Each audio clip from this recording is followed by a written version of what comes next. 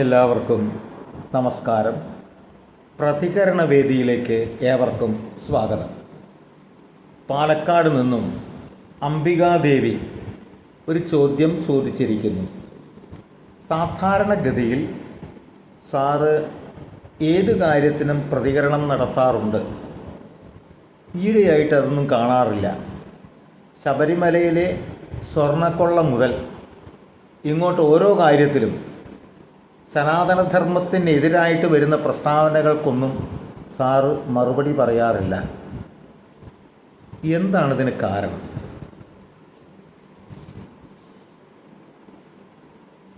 സത്യാവസ്ഥ മനസ്സിലാക്കി കഴിഞ്ഞാൽ മൗനം പാലിക്കുകയാണ് ഉത്തമം. നമ്മൾ എന്തിലാണോ ഏർപ്പെട്ടുകൊണ്ടിരിക്കുന്നത് നമ്മൾ അതായിട്ട് മാറും. ഞാനിപ്പോൾ ഒന്നാമത് പ്രായമായതോടു കൂടിയിട്ട് നമ്മളിപ്പോൾ സ്ഥിരമായിട്ട് നമുക്ക് നമ്മുടെ ആരോഗ്യത്തിനനുസരിച്ച് ജോലി ചെയ്യുക. ഞാൻ സംഗീതാധ്യാപകനാണ്.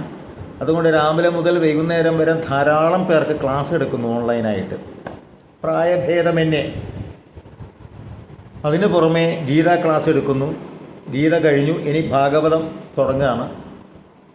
അപ്പോൾ അതുമായിട്ട് ബന്ധപ്പെട്ടുകൊണ്ട് സദാസമയത്തും ഇരിക്കുകയാണ്. അപ്പോൾ ഈ ആധ്യാത്മിക വിഷയങ്ങളുമായിട്ട് ബന്ധപ്പെട്ടുകൊണ്ടിരിക്കുമ്പോൾ നമ്മൾ അതായി മാറുന്നൊരവസ്ഥ, വിരക്തി വരുന്ന അവസ്ഥ. കൂടെ പ്രായവും കൂടിയും കൂടുന്ന സമയത്ത് ഭൗതിക കാര്യങ്ങളിൽ യാതൊരു ആസക്തിയും ഇല്ലാത്ത അവസ്ഥ വരുന്നു, അത് അനുഭവപ്പെടുന്നു. അപ്പോൾ യഥോ ധർമ്മസ്തതോ ജയ എന്ന ഒരു ആപ്തവാക്യം, അതിൽ വിശ്വസിക്കുന്നു. എവിടെയാണോ ധർമ്മമുള്ളത് അത് ജയിക്കും, അത് മതി. എൻ്റേത് ജയിക്കണം എന്നല്ല ഞാൻ പറയുന്നത്. യഥോ ധർമ്മസ്തതോ ജയ, ധർമ്മം എവിടെയാണോ ഉള്ളത് അവിടെ ജയിക്കണം, അതാണ് ജയിക്കേണ്ടത്. അത് ജയിക്കുകയും ചെയ്യും. അപ്പോൾ ഇവിടെ നടക്കുന്ന കാര്യങ്ങളൊക്കെ പ്രകോപനപരമായ കാര്യങ്ങളാണ്. ഇപ്പോൾ ഈ ക്രിസ്തീയ ഭക്തിഗാനം പാടി അമ്പലത്തിൽ എന്ന് പറയുന്നു. തുടർന്ന് ഒരുത്തൻ പറഞ്ഞു, ശ്രീകോവിലിനകത്ത് വെച്ച് ഞങ്ങൾ പാടും ക്രിസ്തീയ ഭക്തിഗാനം. അതിനെന്തിനാണ് പ്രതികരിക്കുന്നത്? കാരണം ഒന്നാമത് ശ്രീകോവിലിനകത്ത് പൂജ ചെയ്യുന്ന ആചാര്യന് മാത്രം പ്രവേശിക്കാൻ പറ്റുന്നൊരു സ്ഥലമാണ്. അവിടെ പൂജയുടെ മന്ത്രങ്ങൾ മാത്രമാണ് ചൊല്ലുന്നത്.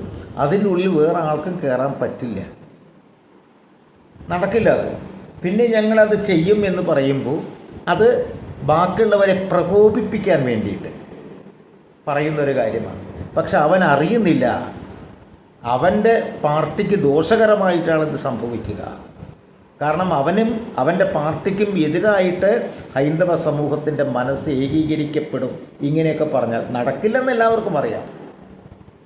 എന്നാലും അപ്പോൾ ഇത് മറ്റുള്ളവരെ പ്രകോപിപ്പിക്കാൻ വേണ്ടി, ഇപ്പോൾ പറഞ്ഞല്ലോ, പിന്നെ ദേവസ്വം ബോർഡിൻ്റെ അംഗങ്ങൾ മുസ്ലിങ്ങൾ അംഗങ്ങൾ ഉണ്ടായിരിക്കും. ക്ഷേത്രസ്വത്ത് മുസ്ലിങ്ങൾ കൈകാര്യം ചെയ്യുന്നൊരു കാലം വരും. ഇതൊക്കെ എന്തിനു വേണ്ടിയിട്ടാണ്? പ്രകോപനം, അല്ലാതെ ഇതൊന്നും നടക്കാൻ പോകുന്ന കാര്യങ്ങളല്ല. മനസ്സിലായില്ലേ? അപ്പോൾ ഇതിനൊക്കെ മൗനം പാലിക്കുകയാണ് നല്ലത്. എഴുത്തച്ഛൻ ജീവിച്ചിരുന്നിട്ടില്ല എന്നൊരുത്തൻ. അതിന് കാരണം ഈ നാട്ടുകാരുടെ മുഴുവൻ അച്ഛനാണ് എന്ന് പറയുന്നൊരവസ്ഥയുണ്ടല്ലോ, അതിൻ്റെയാണ്. ഹൈന്ദവ സനാതനധർമ്മം ശ്രേഷ്ഠമായതുകൊണ്ട് വേദങ്ങളും ഉപനിഷത്തുക്കളും പുരാണങ്ങളും എന്ന് വേണ്ട എല്ലാം തങ്ങളുടേതാണെന്ന് വരുത്തി തീർക്കാൻ വേണ്ടിയിട്ട് ഒരുപാട് ആൾക്കാർ ശ്രമിക്കുന്നുണ്ട്. അതൊരു പാഴ്വേല മാത്രമാണ്.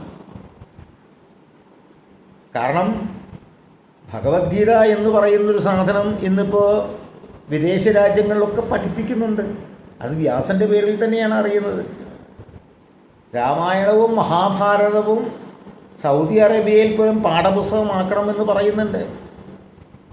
മനസ്സിലായില്ലേ? അത് വാൽമീകിയുടെയും വ്യാസൻ്റെയും പേരിൽ തന്നെയാണ്. ഇനി ഈ അധ്യാത്മരാമായണം, കിളിപ്പാട്ട്, അതേപോലെ ഹരിനാമകീർത്തനം, ഇത് എഴുത്തച്ഛൻ്റെ പേരിൽ തന്നെയാണ് ലോകം മുഴുവൻ അറിയപ്പെടുന്നത്. പിന്നെ അതിൻ്റെ ഇടയ്ക്ക് ഒരുത്തൻ അങ്ങനെ ഇല്ല എന്ന് പറഞ്ഞിട്ട് ആര് ശ്രദ്ധിക്കാനാണ്? ഇല്ല. അതിനൊന്നും നമ്മൾ പ്രതികരിക്കാതിരിക്കുക.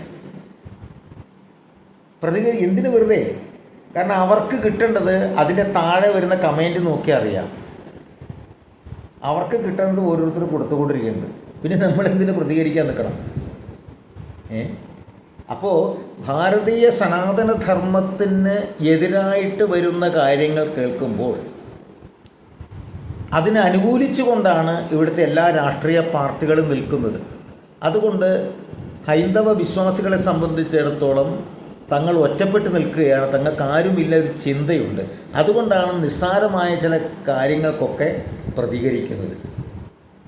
അല്ലാതെ കണ്ടിപ്പോൾ ഒരു അമ്പലത്തിൽ ഒരു ക്രിസ്ത്യൻ ഭജന അമ്പലത്തിൻ്റെ ഒരു സൈഡിൽ, അതും മതിലിന് പുറത്ത് പാടിയെന്ന് വെച്ചാൽ അത്ര വലിയ കാര്യമൊന്നുമില്ല. കാരണം ഇതിന് മുമ്പ് നടന്നിട്ടുണ്ട്.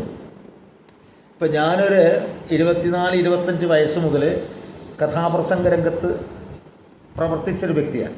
ഈ കൊറോണയ്ക്ക് ശേഷമാണ് നമ്മുടെ ഇതൊന്ന് മാറിയത്. എന്നാലും ഇടയ്ക്കിപ്പോഴും അവതരിപ്പിക്കുന്നുണ്ട്. അപ്പോൾ ആ ധാരാളം പരിപാടികൾ ഉണ്ടായിരുന്ന കാലഘട്ടത്തിൽ ഇപ്പോൾ പാലക്കാട് കൊടുവായൂർ ഒരു പ്രവീൺ ഓർക്കസ്ട്ര ഉണ്ടായിരുന്നു. അപ്പോൾ അവർ ഈ കഥാപ്രസംഗം അങ്ങനത്തെ പരിപാടികളൊക്കെ പിടിക്കും. അങ്ങനെ അവരുടെ കെയർ ഓഫിൽ ഒരു 10-20 വർഷക്കാലം പാലക്കാട്, തൃശ്ശൂർ, മലപ്പുറം ജില്ലകളിലെ പല ഭാഗങ്ങളിലും ഞാൻ പോയിട്ട് കഥ പറഞ്ഞിട്ടുണ്ട്. അപ്പോൾ ചിലപ്പോൾ അതിനോട് കൂടി ഗാനമേള ട്രൂപ്പ് ഉണ്ടാവും. അത് വേറെ ട്രൂപ്പ്. അപ്പോൾ ആദ്യം കഥാപ്രസംഗം കഴിയും, അത് കഴിഞ്ഞതിന് ശേഷം ഗാനമേള നടക്കും. ഈ ഗാനമേള നടക്കുമ്പോൾ പല പാട്ടുകളും പാടും. ഭക്തിഗാനമേള എന്ന് പറഞ്ഞാൽ തന്നെ പല പാട്ടുകളും പാടും. മനസ്സിലായില്ലേ? ഭക്തിഗാനമേള എന്ന് പറയുമ്പോൾ തന്നെ ഒരു ക്രിസ്ത്യൻ ഭക്തിഗാനം, ഒരു മുസ്ലിം ഭക്തിഗാനം എന്നൊക്കെ പറഞ്ഞ് പാടും. അത് കാരണം എന്താണ്? ആ ഉത്സവത്തിന് സഹായിക്കുന്നവരിൽ നല്ലൊരു ശതമാനം മറ്റു മതക്കാരുണ്ട്. ക്രിസ്ത്യൻ സമൂഹവുമുണ്ട്, ഇസ്ലാം സമൂഹമൊക്കെ ഉണ്ട്. അവിടെ ആൾക്കാരൊക്കെ ഉണ്ടായി സഹകരിക്കും. അപ്പോൾ അങ്ങനെയുള്ള സ്ഥലങ്ങളിൽ ഇതൊക്കെ പതിവാണ്. ഇത് ഇന്നൊന്നും വരെയും തുടങ്ങിയൊന്നുമല്ല. പണ്ട് മുതൽ എനിക്ക് അനുഭവം എത്രയോ വേദികളിൽ അമ്പലത്തിൻ്റെ മതിലിനോട് ചേർന്ന്, അമ്പലത്തിൻ്റെ ചുമരിനോട് ചേർന്ന്, ഈ ശ്രീകോവിലിൻ്റെ ചുമരിനോട് ചേർന്നിട്ട് മതിൽ, ആ മതിലിൻ്റെ ഇപ്പുറത്ത് സ്റ്റേജ്, ഉള്ളിലല്ല, ഉള്ളിൽ പരിപാടി നടത്താൻ സ്ഥലമൊന്നും ഉണ്ടാവില്ല, ആ സ്റ്റേജിൽ വെച്ചിട്ട് ഇതെല്ലാം പാടാറുണ്ട്. അപ്പോൾ അതൊരു വിഷയമൊന്നുമല്ല. പക്ഷെ ഇപ്പോൾ എന്ന് പറഞ്ഞാൽ ഇതാണ് കാരണം, പ്രധാനപ്പെട്ട കാരണം. കാരണം നമ്മുടെ എല്ലാറ്റിനെയും അപമാനിച്ചു കൊണ്ടിരിക്കുകയാണ് ചെയ്യുന്നത്. അതിന് രാഷ്ട്രീയക്കാർ സപ്പോർട്ടുമുണ്ട്. ആ സമയത്ത് നിസ്സാരമായ കാര്യങ്ങൾക്ക് പോലും പ്രതികരിച്ചേ മതിയാകൂ. അതുകൊണ്ടാണ് പ്രതികരിക്കുന്നത്. ഈ ചൂടുവെള്ളത്തിൽ വീണ പൂച്ച തണുത്ത വെള്ളം കണ്ടാലും പേടിക്കുമെന്ന് പറഞ്ഞ പോലെ ഒരു കാലത്ത് നമ്മുടെ പൂർവികന്മാർ ഈ വിദേശ മതങ്ങൾക്കൊക്കെ ഇവിടെ വന്ന് ജീവിക്കുവാനും ആരാധിക്കുവാനുള്ള സൗകര്യം ചെയ്തു കൊടുത്ത ആരാണ്? നമ്മുടെ പൂർവികരാണ്. അതേ പൂർവികരുടെ പിൻതലമുറക്കാരായ നമുക്ക് ഇങ്ങനെയൊരു മാനസികാവസ്ഥ വരണമെങ്കിൽ എന്താ കാരണം? അനുഭവം. 800ഓളം വർഷങ്ങൾക്ക്, ഏകദേശം വർഷങ്ങളോളം നമ്മൾ വിദേശീയ അടിമത്വത്തിലായിരുന്നു. അപ്പോൾ ആ ഒരു ഭയം ഇപ്പോഴും ഉണ്ട്. അതുകൊണ്ട് ഇനി ഒരിക്കലും അങ്ങനെ വരരുത് എന്ന ചിന്ത ഓരോരുത്തരിലും ഉണ്ട്. അതുകൊണ്ടാണ് ഇങ്ങനെ പ്രതികരിക്കുന്നത്. അല്ലാതെ ഇപ്പോൾ ഈ അമ്പലത്തിൻ്റെ മതിലിന് പുറത്താണ് ഈ പരിപാടി നടന്നതെന്ന് അവിടുത്തെ ക്ഷേത്ര ഭാരവാഹികൾ പറയുണ്ടായി. അവിടെ ഇപ്പോൾ ഒരു ക്രിസ്ത്യൻ ഭക്തിഗാനം പാടിയെന്ന് വിചാരിച്ചൊന്നും സംഭവിക്കാനൊന്നും പോകുന്നില്ല. കാരണം അതല്ല, കാരണം അത് ഇതിന് മുമ്പ് നടന്നിട്ടുണ്ട്. അതാണ്. പിന്നെ അന്ന് ഇപ്പം ഞാൻ പറഞ്ഞ ഈ ഗാനമേള ട്രൂപ്പുകാരൊന്നും അത്ര വലിയ പേരും പ്രശസ്തിയുള്ളതൊന്നും അവരുടെ നാട്ടിലൊക്കെ തട്ടിക്കൂട്ടിയ ചെറുപ്പക്കാരായിരിക്കും. അതുകൊണ്ടാണ് ഇവർ പിന്നെ കുറച്ചൊന്ന് പേരൊക്കെ എടുത്തു. അപ്പം അതുകൊണ്ട് ഇവരെയും വിലക്കെടുത്തതാണോ എന്നിത്യാദി ഉള്ള ചില സംശയങ്ങൾ അതിൻ്റെ പേരിലാണിത്. അപ്പോൾ ഇതിനൊന്നും പ്രതികരിക്കാതിരിക്കുക. ഒരു കാര്യം ഉറപ്പാണ്, അധർമ്മം കൊടി കുത്തി വാഴുന്ന സമയത്ത് കൃതയുഗത്തിലും ത്രേതായുഗത്തിലും ദ്വാപരയുഗത്തിലൊക്കെ ഭഗവാൻ നേരിട്ട് അവതാരം എടുക്കും. എന്നാൽ കലിയുഗത്തിൽ ഓരോ ഈശ്വര വിഭൂതികളെ ഇറക്കി വിട്ടിട്ടുണ്ട്. ഓരോ ഈശ്വര വിഭൂതികളെ ഇറക്കി വിട്ടിട്ടുണ്ട്. അവരാണ് ധർമ്മത്തിൻ്റെ മാർഗത്തിലേക്ക് നയിക്കുന്നത്. ശ്രദ്ധിച്ചാൽ നമുക്ക് മനസ്സിലാകും. മനസ്സിലായോ? അപ്പം അതുകൊണ്ട് നമുക്ക് അപകടം വരുന്ന സമയത്തൊക്കെ ഒരു ഈശ്വര വിഭൂതികൾ പ്രത്യക്ഷപ്പെടുകയും നമ്മുടെ ഭാരതത്തിനെ ശരിയായ ദിശയിലേക്ക് നയിക്കുകയും ചെയ്യും. അപ്പം അതുകൊണ്ട് ഇതിനൊന്നും പ്രതികരിക്കാതിരിക്കുക. ഒറ്റ കാര്യം മാത്രം വിശ്വസിക്കുക, ഏതോ ധർമ്മസ്തതോ ജയ. എവിടെയാണോ ധർമ്മമുള്ളത് അവിടെ വിജയിക്കും. സ്വാർത്ഥത ഒരിക്കലും വിജയിക്കില്ല. പിന്നെന്തിന് ഭയപ്പെടണം? ഈശ്വര വിശ്വാസം, സാക്ഷാൽ ബ്രഹ്മത്തിൽ മാത്രം വിശ്വസിക്കുക. എന്നിട്ട് നമ്മളുടെ കർമ്മം എന്തോ അത് ചെയ്തുകൊണ്ടിരിക്കുക. ഇതാണ് എനിക്ക് പറയാനുള്ളത്. നന്ദി, നമസ്കാരം.